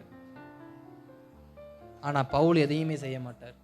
அவருக்கு தெரிஞ்சதெல்லாம் பிரசங்கம் பண்ணுறது மட்டும்தான். கிறிஸ்துவுக்காக பக்தி வைராக்கியமாக நிற்க தான் தெரியும் சவுலுக்கு, பவுலுக்கு. ஆனால் சவுலுக்கு தான் கோபத்துக்காக நிற்க தெரியும். தன் அரசு அதிகாரிக்காக சவுலுக்கு நிற்க தெரியும். ஆனால் பவுலுக்கு கர்த்தருக்காக மட்டும்தான் நிற்க தெரியும். நமக்கு இன்னைக்கு என்ன தெரியும்? கர்த்தருக்காக நிற்க தெரியும்னா நம்ம பவுல் கூட்டத்தில் இருக்கிறோம். நான் எனக்குரியவைகளை நான் தேடுறேன். இல்லை சில காரியங்கள் இது எனக்கு ஒத்தே வராது, நான் இதுக்கு நான் போராடுறேன். இப்படி சம்பந்தம் இல்லாத காரியங்களுக்காக நம்ம பக்தி வைராக்கியம் கொண்டிருப்போம்னு சொன்னால் நம்ம இன்னமும் சவுலாதாங்க இருக்கோம். இன்னும் நமக்குள்ள சில பாவங்கள் இருக்குமானா நம்ம இன்னும் சவுலாதான் இருக்கிறோம். நம்ம இன்னும் பவுலாக மாறலை.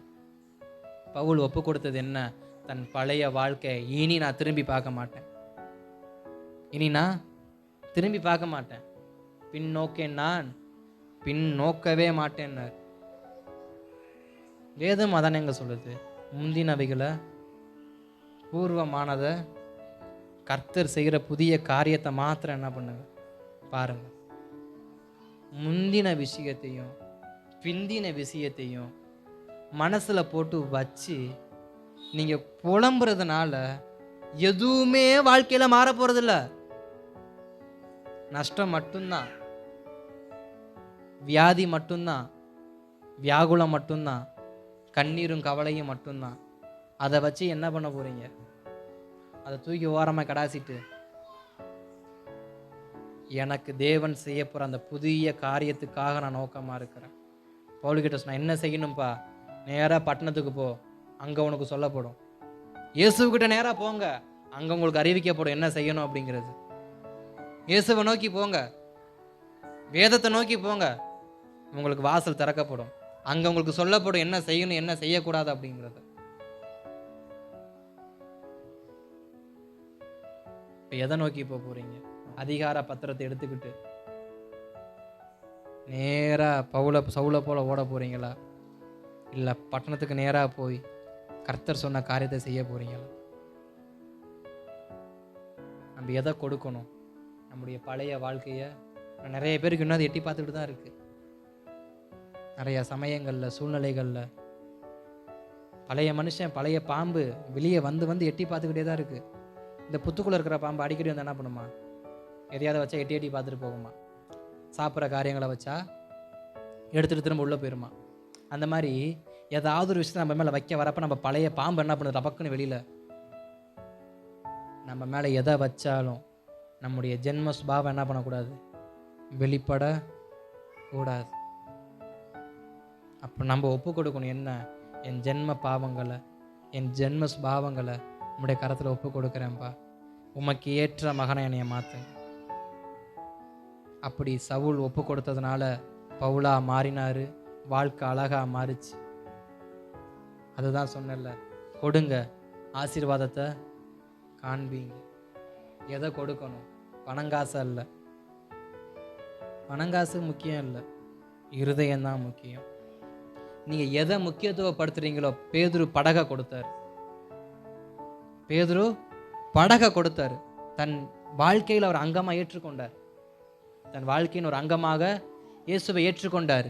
தன் வாழ்க்கையை இயேசுவுக்கு அவர் என்ன பண்ணார்? கொடுத்துட்டார். இனி நீங்கள் என்ன சொன்னாலும் நான் செய்கிறேன். பேதுருவுடைய ஒப்பு கொடுத்தல்.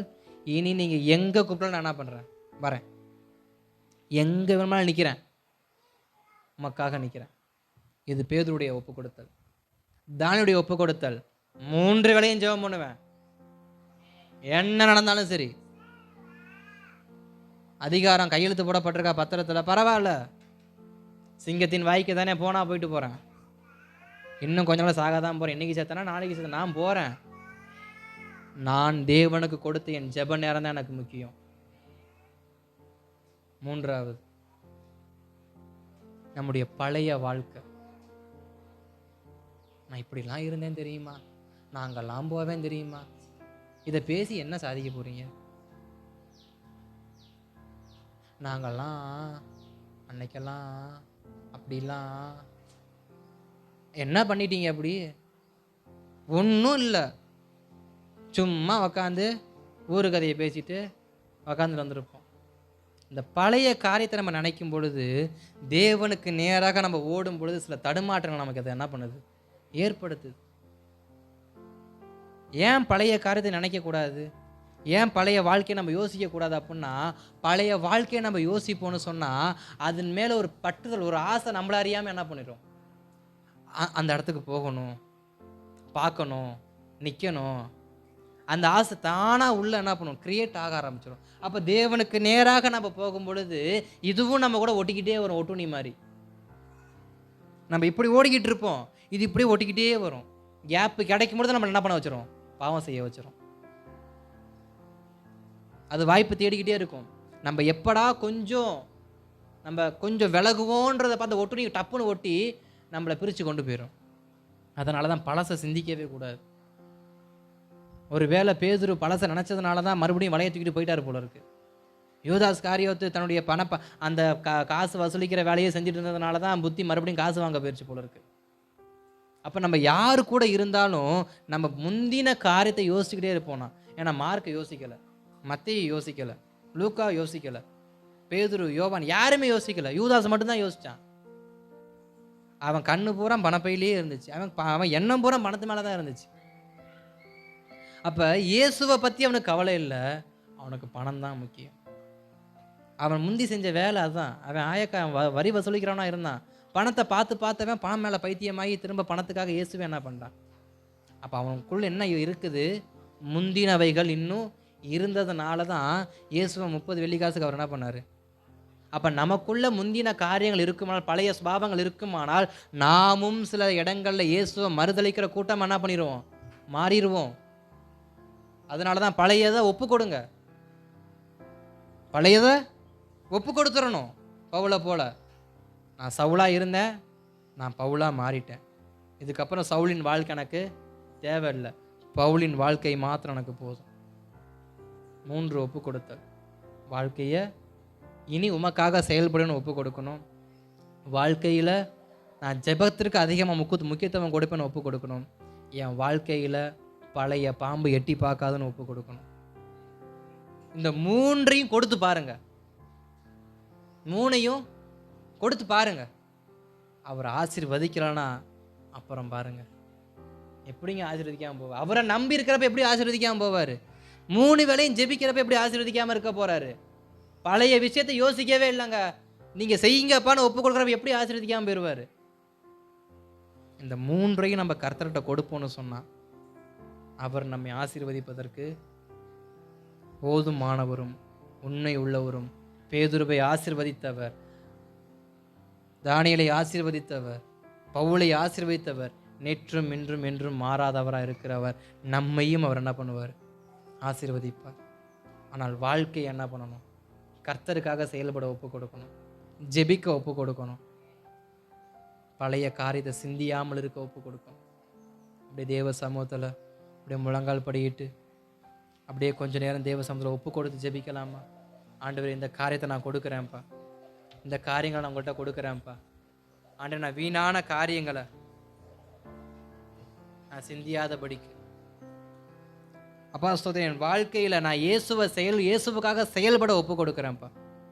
இயேசுவுக்காக பேதுரு செயல்பட்டது போல வலையை விட்டுட்டு, குடும்பத்தை விட்டுட்டு, படகை விட்டுட்டு இயேசு பின்னாடியே போனது போல நானும் உமக்கு பின்பாக வர என்னை ஒப்பு கொடுக்குறேன்ப்பா. மனுஷனை பிடிக்க என்னை அழைத்தீங்கல்ல, அந்த அழைப்புக்கு என்னை ஒப்பு கொடுக்குறேன்ப்பா. நான் மீன் வலையை தூக்க மாட்டேன், படகுல ஏற மாட்டேன், மறுபடியும் நான் கடலுக்கு போக மாட்டேன்ப்பா.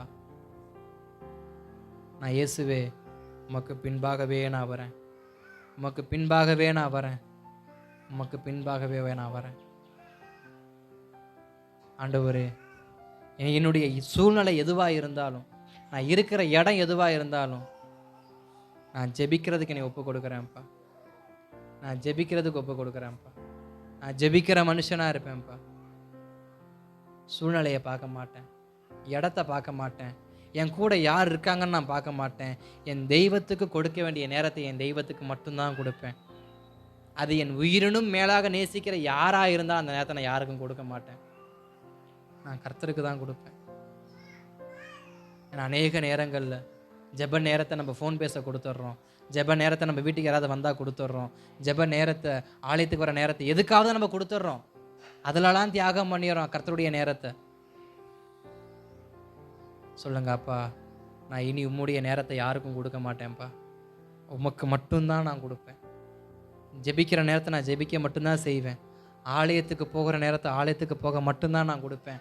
அதில் ஒரு நிமிஷத்தை கூட, ஒரு நொடியை கூட நான் யாருக்கும் கொடுக்க மாட்டேன்ப்பா. ஒப்பு கொடுக்கலாமா தேவ சமூகத்தில்? ஒரு நொடியை கூட நான் யாருக்கும் விட்டு கொடுக்க, கர்த்தருடைய நேரத்தை ஒரு நொடி கூட நான் யாருக்கும் கொடுக்க மாட்டேன்ப்பா. ஒரு நொடி கூட நான் யாருக்கும் கொடுக்க மாட்டேன்ப்பா. நான் யாரை நேசிச்சிருந்தாலும், நான் யாரை பார்க்க நினச்சாலும், நான் யார் கூட பேச நினச்சாலும், நான் கர்த்தருடைய நேரத்தை நான் ஒதுக்க மாட்டேன்ப்பா. கர்த்தருடைய நேரத்தை அதுக்கு நான் கொடுக்க மாட்டேன்ப்பா. என்னை ஒப்பு கொடுக்குறேன் ஆண்டவர், நான் கொடுக்குறேன்ப்பா, நான் கொடுக்குறேன். நான் அதிகமாக ஜெபிக்க என்னை ஒப்பு கொடுக்குறேன். இந்த மாதம் சொன்னீங்கல்ல, துதியுங்க, ஸ்தோத்திரம் பண்ணுங்க, ஜெபியுங்க, கட்டுகள் அருண்டு போகப்படும்னு சொன்னீங்கல்ல, கதவுகள் உடைக்கப்படும்னு சொன்னீங்கல்ல. எங்களை ஒப்பு கொடுக்குறோம்ப்பா, எங்களை ஒப்பு கொடுக்குறோம், எங்களை ஒப்பு கொடுக்குறோம், எங்களை ஒப்பு கொடுக்குறோம், எங்களை ஒப்பு கொடுக்குறோம். எங்கள் பழைய வாழ்க்கையும் அது கரத்தில் ஒப்பு கொடுக்குறோம்ப்பா. இன்றைக்கும் ரட்சிக்கப்பட்டிருந்தும் ஞானஸ்நானம் எடுத்திருந்தும் இன்னும் எட்டி பார்க்கறதான பழைய காரியங்களை ஒப்பு கொடுக்குறேன்ப்பா. அந்த பழைய பாம்பை நான் ஒப்பு கொடுக்குறேன்ப்பா, பழைய பாம்பை நான் ஒப்பு கொடுக்குறேன்ப்பா. இன்னமும் எனக்குள் எட்டி பார்க்கறதான அந்த பழைய ஜென்ம சுபாவங்கள், பழைய வைராக்கியங்கள், வீம்புகள், முரட்டாட்டங்கள், கோபங்கள், சண்டைகள், வைராக்கியங்கள் இயேசுவின் நாமத்தில் கல்வாரி சிலுவைக்கு ஒப்பு கொடுக்குறேன்ப்பா. கல்வாரி சிலுவைக்கு ஒப்பு கொடுக்குறேன். நான் சவுலாக வாழக்கூடாது, ரட்சிக்கப்பட்ட நான் பவுலாகவே வாழணும். ரட்சிக்கப்பட்ட நான் வைராக்கியம் பாட்ட மாட்டேன்ப்பா, வீம்பு பாராட்ட மாட்டேன்ப்பா, எதிர்த்து நிற்க மாட்டேன்ப்பா, சண்டை பண்ணோடு நான் சண்டை பண்ண மாட்டேன், துன்மார்க்கரோடு நான் நிற்க மாட்டேன். நான் உமக்காக நிற்பேன்ப்பா, நான் பவுலாக நிற்பேன், கர்த்தருக்காக என் வாழ்க்கையை ஒப்பு கொடுத்து நிற்பேன். ஒப்பு கொடுக்கலாம். ஓ ரகதபர சந்த பௌதரன, என் வாழ்க்கையை ஒப்பு கொடுக்க, என் வாழ்க்கையை நீ உமக்காக நான் வாழ்வேன்ப்பா. உங்கள் பின்னாடியே நான் வருவேன்ப்பா, உங்கள் பின்னாடியே நான் வருவேன்ப்பா. உங்கள் நேரத்தை நான் யாருக்கும் கொடுக்க மாட்டேன்ப்பா. பழைய காரியத்தை நான் நினச்சி பார்க்க மாட்டேன்ப்பா. உம்முடைய கரத்தில் ஒப்பு கொடுக்குறோம், உம்முடைய கரத்தில் ஒப்பு கொடுக்குறோம், உம்முடைய கரத்தில் ஒப்பு கொடுக்குறோம். ஒப்பு கொடுங்க, வாய்களை திறந்த தேவ சமூகத்தில் ஒப்பு கொடுங்க. நான் என்னை தருகிறேன் ஆண்டவரே, நான் தருகிறேன்ப்பா. நான் பழைய காரியத்தை யோசிக்கிற மனுஷனாக இருந்தால் என்னை ஒப்பு கொடுக்குறேன். நான் ஜெப நேரத்தை மற்றவங்களுக்கு கொடுக்குறதா இருந்தால் நான் ஒப்பு கொடுக்குறேன். என் வாழ்க்கையவே நான் உமக்கு பின்பாக வர ஒப்பு கொடுக்காத மனுஷன் தான் ஒப்பு கொடுக்குறேன்ப்பா, ஒப்பு கொடுக்குறேன்ப்பா, ஒப்பு கொடுக்குறேன்ப்பா, ஒப்பு கொடுக்குறேன்ப்பா. நன்றி அப்பா.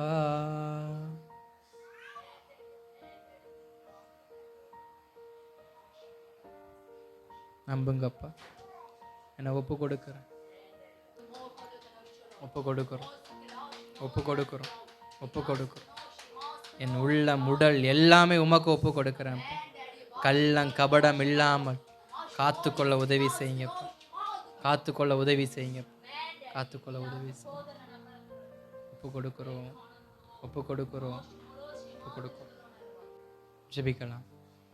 அன்பின் பரலோக பிதாவே, குமாரனா இயேசுவின் நாமத்தில் ஜெபிக்கிறோம்ப்பா. ஆசீர்வதிக்கப்பட்ட இந்த ஓய்வு நாள்லையும் எங்களோடு கர்த்தர் இதுவரை இடைப்பட்டு வந்த உம்முடைய வார்த்தைக்காக, உம்முடைய கிருபைக்காக, உம்முடைய பிரசன்னத்திற்காக, உம்முடைய உணர்த்துதலுக்காக மனதார நன்றி செலுத்துகிறோம்ப்பா. இந்த நாட்களிலேயும் கர்த்தர் எங்களை தெரிந்து கொண்டு உம்முடைய சமூகத்தில் பிழைத்திருக்க வைத்தீரே, உண்மை நன்றி செலுத்துகிறோம்ப்பா. அன்று ஆலயத்திற்கு வந்த ஒவ்வொருவருக்காக நன்றி செலுத்துகிறேன். இந்த ஆலயத்தில் கால் பதித்த இவருடைய கால்கள், இவருடைய குடும்பங்கள் இயேசுவின் நாமத்தில் மனதார ஆசீர்வதித்து ஜெபிக்கிறேன். அந்த குடும்பங்கள் ஆசீர்வதிக்கப்படுவதாக ஜெபிக்கிறேன். ஸ்தோத்திரம்ப்பா. கர்த்தர் எல்லாவற்றுக்கும் இந்த குடும்பங்களை விளக்குங்க. பலவீனங்களுக்கு ஆண்டவரே ஸ்தோத்திரம், வருமானத்திற்கு, நெருக்கங்களுக்கு, சோதனைகளுக்கு கர்த்தர் இவர்களை எல்லோரையும் கர்த்தர் தப்புவிப்பீராகன்னு சொல்லி இயேசுவின் நாமத்தில் ஒப்பு கொடுத்து ஜெபிக்கிறேன். இவர்கள் நெருக்கப்படும் பொழுது, இவர்கள் பலவீனப்படும் பொழுது, இவர்கள் சோர்ந்து போகும்போது உம்மை விட்டு பின் வாங்காதபடிக்கு உம்மை உறுதியாய் பற்றி கொண்ட மனதை உடையவர்களாய் இருக்க கர்த்தர் உதவி செய்யுங்கப்பா. பேதுருவை போல என்ன நடந்தாலும் உம்மையே பின்பற்றுவேன். தானியேலை போல என்ன நடந்தாலும் உம்முடைய சமூகத்தை விட்டு நான் ஜெபத்தை விட்டு போக மாட்டேன். பவுலை போல என்ன நடந்தாலும் என் பழைய மனுஷனை நான் மறுபடியும் நினைவுக்கு கொண்டு வந்து அந்த பழைய வாழ்க்கையை நான் வாழ மாட்டேன். கிறிஸ்து எனக்கு ஜீவன், சாவு எனக்கு ஆதாயம். எது கிறிஸ்துவின் அன்பிலிருந்து என்னை பிரிக்க முடியும் என்று அப்போஸ்தலனாகிய பவுல் கர்ஜிக்கிறது போல நாங்களும் கிறிஸ்துவின் அன்பிலிருந்து எங்களை பிரிப்பவன் யார் என்று கர்ஜித்து ஒரு ஒப்பு கொடுத்த வாழ்க்கையை வாழ எங்களுக்கும் எங்கள் சபைக்கும் கர்த்தர் கிருபை செய்வீராகப்பா. அந்த கிருபையை கர்த்தர் தருவீராகப்பா. ஒரு நாளும் பாவம் என்கிற பாம்பு எட்டி பார்க்காதபடி வாழ கர்த்தர் உதவி செய்யுங்க. எங்கள் சபையாருக்கு அப்படிப்பட்ட பாதுகாப்பு உண்டாகட்டும். யோபுவுக்கும் உண்டானவைகளை வேலியடைத்த கர்த்தர் இவர்களுக்கு உண்டானவைகளையும் கர்த்தர் வேலி அடைத்து பாதுகாத்து கொள்வீராக ஒப்பு கொடுக்கிறோம். கர்த்தர் கிருபை செய்யுங்கன்னு ஜெபிக்கிறோம். கர்த்தர் இரக்கம் பாராட்டுங்கன்னு ஜெபிக்கிறோம்.